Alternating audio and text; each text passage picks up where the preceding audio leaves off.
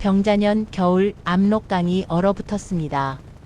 그 얼음 위를 말발굽이 갈랐습니다. 쿵쿵.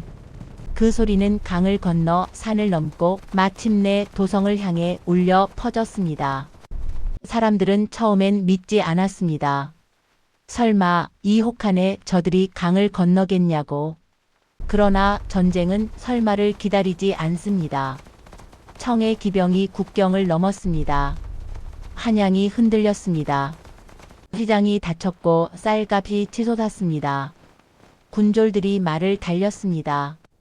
조정은 급히 남쪽으로 향했고 왕은 산성으로 들어갔습니다. 남겨진 것은 피하지 못한 자들 그리고 지키겠다고 남은 자들이었습니다. 그 집 안에 무관 이도현이 있었습니다. 그의 눈은 이미 결심해 있었습니다. 아버님, 성으로 가셔야 합니다. 며느리 연화의 목소리가 떨렸습니다. 23의 젊은 여인, 그리고 그녀의 품에는 갓 돌 지난 아이 도윤이 있었습니다. 도연은 고개를 저었습니다.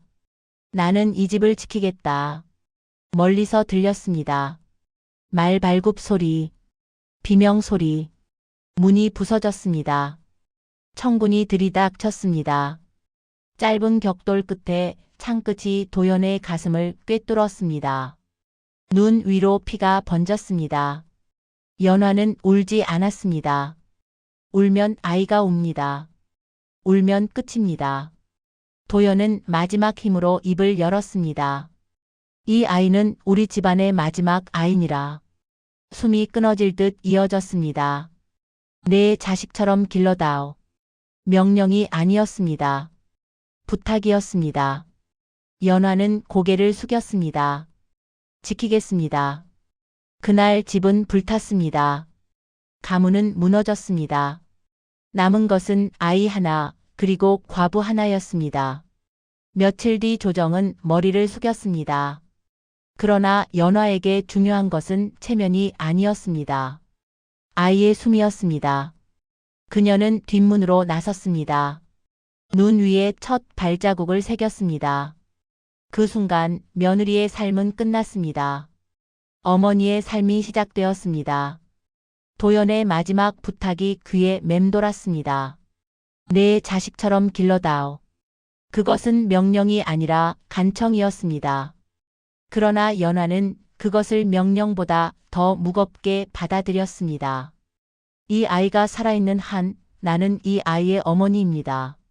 그 다짐은 눈 속에, 추위 속에, 그녀의 몸속 어딘가에 새겨졌습니다. 이 피난길. 눈은 멈추지 않았습니다. 하루 종일 밤새도록.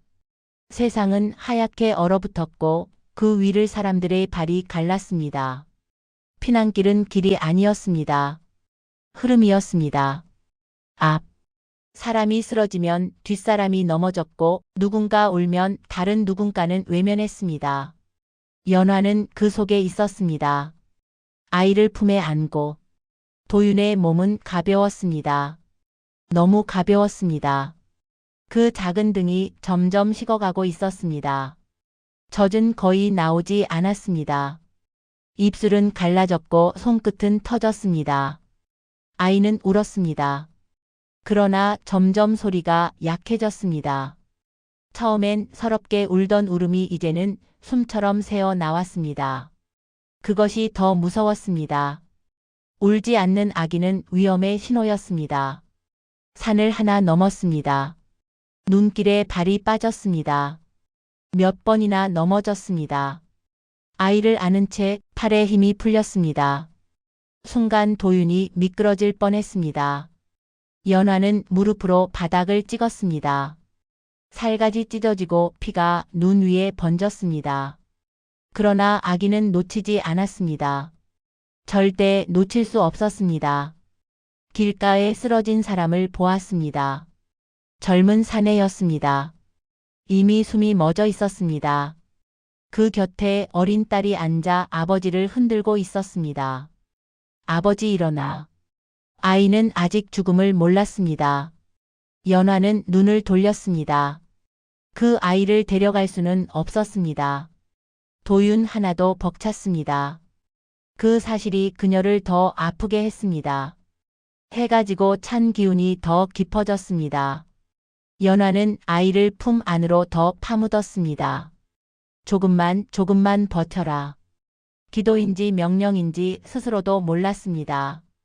산 아래 초가집 하나가 보였습니다. 연기가 피어오르고 있었습니다. 연화는 망설였습니다. 낯선 집. 그러나 더 걸으면 아이는 버티지 못할 것 같았습니다. 문을 두드렸습니다. 잠시 후 주름 깊은 얼굴의 노파가 나왔습니다. 뭐냐? 연화는 무릎을 꿇었습니다. 아이가. 말이 제대로 나오지 않았습니다. 노파는 한참을 바라보더니 문을 열었습니다. 방 안은 따뜻했습니다. 화로가 놓여 있었습니다. 노파는 아무 말 없이 쌀을 가져왔습니다. 한 줌, 아주 작은 한 줌. 그러나 그 무게는 목숨과 같았습니다. 아기 죽이라도 쑤어 먹여라. 연화의 눈이 젖었습니다. 죽이 끓었습니다. 묽었습니다. 그러나 따뜻했습니다. 그녀는 한 숟갈씩 불어 아이의 입에 넣었습니다. 처음엔 삼키지 못했습니다. 잠시 후 아기의 목이 작게 움직였습니다. 숨이 깊어졌습니다. 작은 손가락이 움찔했습니다. 연화는 그제야 숨을 내쉬었습니다. 그녀가 노파에게 절하자 노파는 말했습니다. 살아남은 자는 죄인이 아니다. 그 말은 연화의 가슴에 오래 남았습니다. 3. 뿌리를 내리다. 며칠을 더 걸었습니다. 충청 내륙의 작은 고을이었습니다. 산으로 둘러싸여 있었고 사람이 적었습니다. 전쟁의 발길이 늦게 닿을 곳. 그녀는 그곳에 머물기로 했습니다. 빈 초가. 지붕은 샜고 바람이 들어왔습니다. 그러나 불타는 도성보다는 나았습니다. 연화는 바늘을 들었습니다. 밤마다 등잔불 아래에서 옷을 꿰맸습니다. 손끝이 갈라졌습니다. 피가 묻은 천을 몰래 씻어 말렸습니다. 누군가 말했습니다. 젊은 과부라지? 전쟁통에 남편이 죽었다더군. 그녀는 아무 말도 하지 않았습니다. 명예도 바뀌지 않습니다. 침묵은 가장 단단한 벽이었습니다. 도유는 조금씩 자랐습니다. 처음으로 웃었습니다. 처음으로 걸음을 뗐습니다. 넘어졌고 울었고 다시 일어났습니다. 그 모든 순간에 연화가 있었습니다. 젖먹이 때는 밤을 꼬박 새웠고 열이 오르면 이마에 차가운 천을 얹어가며 밤을 버텼습니다. 세상이 무너져도 아이 하나는 지켜내겠다는 그 고집이 그녀를 살게 했습니다. 어느 날 밤 아이가 또렷하게 말했습니다. 어머니. 그녀의 손이 멈췄습니다. 바늘이 바닥에 떨어졌습니다. 어머니. 그 한 단어가 지난 모든 고통을 덮었습니다. 핏줄은 아니었습니다. 그러나 세월이 핏줄을 대신하고 있었습니다. 도윤이 4살이 되었습니다. 말이 빨라지고 눈이 맑아졌습니다. 어느 날 아이들은 잔인하게도 물었습니다. 너 아버지 어디 있어? 도윤은 대답하지 못하고 집으로 돌아와 물었습니다. 어머니, 우리 아버지는 어디 있어? 연화의 손이 멈췄습니다. 등잔불이 흔들렸습니다. 멀리 계신다. 도윤은 다시 물었습니다. 왜 안 와? 나 다른 애들이랑 달라? 그 순간 연화의 심장이 덜컥 내려앉았습니다. 그날 밤 그녀는 잠들지 못했습니다. 비밀은 시간이 지날수록 무거워집니다. 4. 장날의 낯선 눈빛. 봄 장날 연화는 쌀을 밖으로 장에 나갔습니다.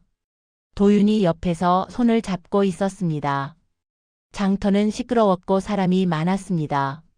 그 안에서 낯익은 억양이 섞여 들렸습니다. 한양에서 내려온 상인이라더라. 그 말이 들린 순간 연화의 심장이 멈춘 듯 했습니다. 한양. 그 단어 하나가 그녀의 과거를 통째로 끌어올렸습니다. 혹시라도 그 집안 사람이라면? 그 아이를 찾고 있다면? 그녀는 고개를 숙이고 도윤의 손을 더 꽉 잡았습니다. 그러나 이미 늦었습니다. 한 사내가 아이를 바라보고 있었습니다. 유난히 오래, 유난히 깊게. 아이가 참 또렷하구먼. 몇 살인가? 4살입니다. 사내의 눈이 도윤의 얼굴을 훑었습니다. 눈매에서 잠시 멈췄습니다. 연화의 손에 식은땀이 맺혔습니다. 어디서 왔어? 원래 이 골 사람입니다. 거짓말은 짧아야 합니다. 길어지면 흔들립니다. 사내는 잠시 웃었습니다. 그렇소? 그 웃음이 믿음인지 의심인지 알 수 없었습니다. 그날 밤 연화는 짐을 쌌습니다. 몇 벌 옷 반을 실. 그리고 아이. 또 떠나야 하나, 또 도망쳐야 하나. 그러나 잠든 도윤이 중얼거렸습니다. 어머니. 그 한마디에 그녀의 손이 멈췄습니다. 또 도망치면 이 아이에게 무엇이 남을까? 평생 도망치는 삶은 그녀가 선택한 것이지만 아이에게까지 강요할 수는 없었습니다. 며칠 뒤 그 사내가 다시 집 앞에 나타났습니다. 도윤은 마당에서 놀고 있었습니다. 사내가 아이에게 다가가 물었습니다. 이름이 뭐냐? 도윤이요. 성은? 시간이 멈추었습니다. 연화의 심장이 귀에서 울렸습니다. 도윤은 망설이지 않았습니다. 연이에요. 연. 연화의 성. 그녀가 준 이름. 그녀가 준 뿌리였습니다. 사내의 눈이 잠시 흔들렸습니다. 그래, 그렇구나. 그는 더 묻지 않고 아이의 머리를 쓰다듬고 돌아섰습니다. 그의 뒷모습이 점점 멀어졌습니다. 연화는 그 자리에 주저앉았습니다. 다리가 풀렸습니다. 2번은 넘겼습니다. 하지만 언제까지일까? 그날 밤 그녀는 결심했습니다. 숨기기만 해서는 지킬 수 없습니다. 아이에게 힘을 줘야 합니다. 이름이 흔들리지 않도록. 다음 날부터 도윤에게 글을 가르쳤습니다. 작은 손에 붓을 쥐어주며 말했습니다. 이건 내 이름이다. 도윤은 서툴게 썼습니다. 먹물이 번지고 글자는 삐뚤었습니다. 그러나 그 글자는 그의 것이었습니다. 핏줄은 줄 수 없어도 이름은 줄 수 있었습니다. 10살이 된 도윤은 키가 훌쩍 자랐습니다. 눈빛이 깊어졌습니다. 이제는 아이가 아니었습니다. 묻지 않던 것을 묻기 시작했습니다. 어머니, 왜 우린 친척이 없어? 왜 명절에 아무도 안 와? 왜 우리 집 얘기는 아무도 안 해? 그 즈음 고을에 낯선 소문이 돌기 시작했습니다. 한양에서 사람 찾으러 내려왔대. 전쟁통에 잃어버린 핏줄이라더군. 연화의 귀에도 들어왔습니다. 피가 식는 느낌이었습니다. 찾는 아이의 나이 10살 전후. 그리고 특징. 오른쪽 눈 아래 작은 점. 연화는 숨이 멎었습니다. 도윤의 얼굴이 떠올랐습니다. 오른쪽 눈 아래 희미한 점 하나. 그녀가 늘 사랑하던 그 점. 이제는 그 점이 두려웠습니다.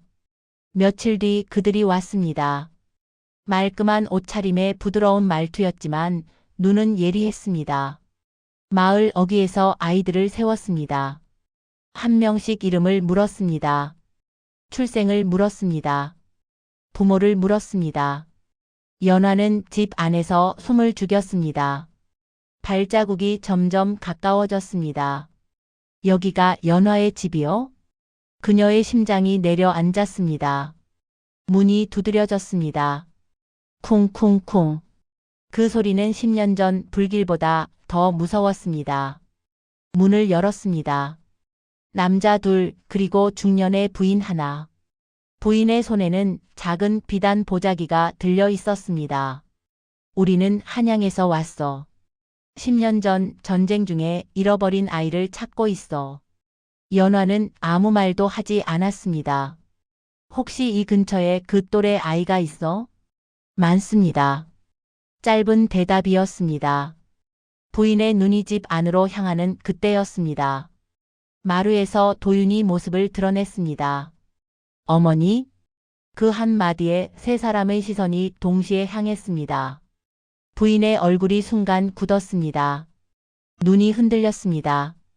도윤의 얼굴을 한치도 놓치지 않고 후뒀습니다. 그리고 멈췄습니다. 눈 아래점. 비단 보자기가 바닥에 떨어졌습니다. 저 아이. 부인이 한 발 다가섰습니다. 도윤은 상황을 몰랐습니다. 연화의 치마자락을 붙잡았습니다. 그 작은 손이 연화를 붙들고 있었습니다. 6. 선택의 시간. 실례지만 저 아이 태어난 곳이 어디요?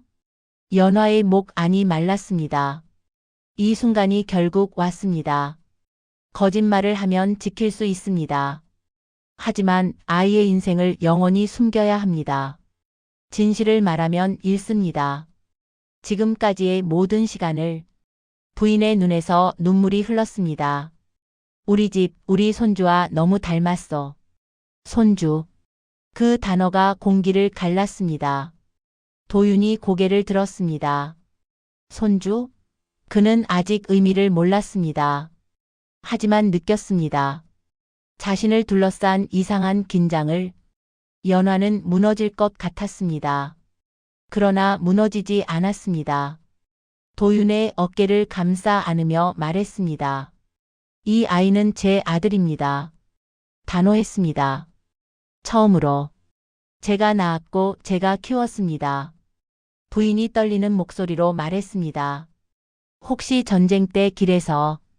그녀의 눈빛에는 확신이 섞여 있었습니다. 연화는 그 눈을 마주 보았습니다. 10년 전 불길 속에서 울던 아이. 자신의 아이를 안고 쓰러져 있던 젊은 어머니. 그 눈빛과 닮아 있었습니다. 아마도 맞습니다. 핏줄일 것입니다. 어머니, 무슨 말이야? 도윤이 물었습니다. 연화의 숨이 흔들렸습니다. 여기서, 지금 여기서 진실이 터질 수 있습니다. 남자가 조용히 말했습니다. 아이에게 물어볼 수 있겠어? 기억나는 것이 있는지. 도윤은 고개를 저었습니다. 전 여기서 태어났어요. 그는 그렇게 믿고 있었습니다. 연화가 그렇게 가르쳤으니까. 그 믿음이 연화의 가슴을 찢었습니다. 부인이 연화 앞에 무릎을 꿇었습니다. 제발 확인만이라도 하게 해주시오. 그 절박함. 그것은 연화가 10년 전 느꼈던 것과 같았습니다. 아이를 잃지 않으려는 그 눈빛. 이제 선택의 시간이었습니다. 핏줄인가 세월인가. 진실인가 사랑인가. 도윤이 조용히 물었습니다. 어머니, 나 어디서 왔어? 더 이상 미룰 수 없는 질문이었습니다. 연화의 입술이 떨렸습니다. 눈물이 고였습니다. 그리고 그녀는 처음으로 입을 열었습니다. 너는 전쟁 때 길에서 만난 아이야. 정적이 흘렀습니다. 그 한 문장이 공기를 멈추게 했습니다. 도윤의 눈이 흔들렸습니다. 네가 울고 있었어. 불길 속에서. 아무도 널 안고 가지 않았어. 부인의 숨이 거칠어졌습니다. 도윤의 손이 천천히 풀렸습니다. 연화의 치마자락에서. 그럼 난 어머니 아들이 아니야? 그 말은 칼이었습니다. 연화의 가슴을 깊게 베었습니다. 그러나 그녀는 고개를 저었습니다. 아니다. 핏줄은 아니야. 그녀는 떨리는 숨을 삼켰습니다. 하지만 널 낳지 않았어도 난 널 키웠다. 내 첫 걸음도, 첫 울음도, 첫 열도 다 내 품에서 지나갔다. 난 하루도 널 남의 아이로 생각한 적 없다. 부인의 울음이 터졌습니다. 도윤아, 내 이름은 원래 준서다. 도윤은 낮게 되뇌었습니다. 준서. 어색했습니다. 낯설었습니다. 그 이름은 그의 것이 아니었습니다. 부인이 마지막으로 말했습니다. 우린 기다리겠다. 연화는 선택을 강요하지 않기로 했습니다. 이 아이는 이미 한 번 선택받지 못한 아이였습니다. 이번만큼은 스스로 선택하게 해야 했습니다. 그날 밤 비가 내렸습니다. 도윤은 잠들지 못했고 연화도 마찬가지였습니다. 같은 집 안에 있었지만 너무 멀었습니다. 어머니. 도윤의 목소리가 작았습니다. 연화가 돌아보았습니다. 나 가면 어머니 혼자야? 그 질문엔 여전히 걱정이 담겨 있었습니다. 연화는 억지로 웃었습니다. 난 괜찮다. 거짓말이었습니다. 그러나 사랑이었습니다. 도윤은 오래 침묵했습니다. 그리고 말했습니다. 난 2번 버려지기 싫어. 연화의 눈이 커졌습니다. 처음엔 불 속에서 그는 떨리는 숨을 삼켰습니다. 2번째는 내가 떠나는 거잖아. 그 한 문장이 모든 것을 무너뜨렸습니다. 연화가 울음을 터뜨렸습니다. 참고 참았던 10년이 한 번에 쏟아졌습니다. 다음 날 한양에서 온 사람들은 마당에 서서 기다리고 있었습니다. 도윤이 나왔습니다. 연화는 뒤에 서서 손을 쥔 채 놓아줄 준비를 하면서도 놓지 못하고 있었습니다. 부인이 물었습니다. 결정했느냐? 도윤은 고개를 들어 연화를 보았습니다. 그 눈에는 눈물이 없었습니다. 대신 단단함이 있었습니다. 제 이름은 잠시 멈췄습니다. 도윤입니다. 전 여기서 자랐고 여기서 웃었고 여기서 울었습니다. 그는 한 발 물러나 연화 옆에 섰습니다. 저를 부르는 사람은 한 명입니다. 그리고 천천히 말했습니다. 어머니. 그 한 단어가 핏줄을 넘어섰습니다. 부인의 어깨가 무너졌습니다. 그러나 그녀는 이해했습니다. 눈물을 닦으며 고개를 끄덕였습니다. 그래, 사람만 있어줘서 고맙다. 그 말은 진심이었습니다. 그들은 떠났습니다. 천천히, 완전히. 연화는 다리가 풀려 주저앉았습니다. 도윤이 그녀를 붙잡았습니다. 이번엔 그가 지탱했습니다. 핏줄은 돌아가지 않았습니다. 그러나 선택은 남았습니다. 그날 이후로 마을은 원래의 고요를 되찾았습니다. 그러나 연화의 마음은 오래도록 흔들렸습니다. 혹시 후회하지는 않을까? 혹시 원망하지는 않을까? 핏줄을 택하지 않은 선택, 그 무게는 아이보다 그녀가 더 크게 느끼고 있었습니다. 가끔 밤이 깊어지면 그녀는 도윤의 잠든 얼굴을 오래 들여다보았습니다. 저 아이가 언젠가 다른 선택을 하게 된다면 그때 나는 어떻게 해야 할까? 그러나 아침이 오면 도윤은 언제나 어머니라고 불렀습니다. 그 한마디가 모든 밤의 두려움을 씻어냈습니다. 세월은 흘렀습니다. 도윤은 15이 되었습니다. 키가 연화를 넘어섰습니다. 어깨가 넓어졌습니다. 목소리가 굵어졌습니다. 그녀가 기대어도 될 만큼 자랐습니다. 사람들은 말했습니다. 참 반듯하게 컸네. 어머니 닮아 속이 깊어. 그 말이 들릴 때마다 연화는 몰래 고개를 돌렸습니다. 눈물이 날까봐. 어느 날 저녁 도윤이 조용히 말했습니다. 한양 한번 다녀오고 싶어. 연화의 심장이 철렁 내려앉았습니다. 그러나 놀라지 않았습니다. 고개를 끄덕였습니다. 그래라. 이번엔 붙잡지 않았습니다. 사랑은 묶는 것이 아니란 걸 이제는 알았습니다. 며칠 뒤 도윤은 작은 보따리를 들고 길을 나섰습니다. 연화는 마을 어귀까지 배웅했습니다. 10년 전 그녀가 아이를 안고 내려왔던 그 길. 이젠 아이가 스스로 걷고 있었습니다. 어머니 다녀올게. 짧은 인사. 그 말이 영원처럼 들렸습니다. 한양의 큰 기와집 앞에서 그 부인이 도윤을 맞았습니다. 왔구나. 집 안에는 그의 옛 이름이 남아 있었습니다. 준서라고 적힌 족보. 어릴 적 쓰던 작은 은장도. 부모의 초상. 그는 자신의 얼굴을 닮은 그림을 오래 바라보았습니다. 핏줄은 분명히 여기 있었습니다. 도윤은 조용히 말했습니다. 저도 궁금했어요. 제가 어디서 왔는지. 잠시 침묵. 그런데요, 전 돌아갈 집이 있어요. 저를 처음 부른 사람은 어머니였어요. 그리고 지금도 그 이름으로 저를 부르는 사람은 한 분뿐입니다. 부인은 울었습니다. 그러나 붙잡지 않았습니다. 핏줄은 시작일 뿐이라는 걸 이해했습니다. 도윤은 돌아왔습니다. 해질 무렵이었습니다. 연화는 마루에 앉아 있었습니다. 아무 일 없는 척 하루 종일 바늘을 한 번도 들지 못했습니다. 발자국 소리가 들렸습니다. 익숙한 걸음. 어머니 다녀왔어. 그 말 한마디에 10년의 불안이 녹아내렸습니다. 그날 밤 도윤은 작은 보자기를 내밀었습니다. 안에는 작은 나무패가 있었습니다. 새로 깎은 것에 정성 들여 쓴 글자 연화. 그 아래에 또 하나 어머니. 왜 이런 걸? 연화의 손이 떨렸습니다. 도윤이 웃었습니다.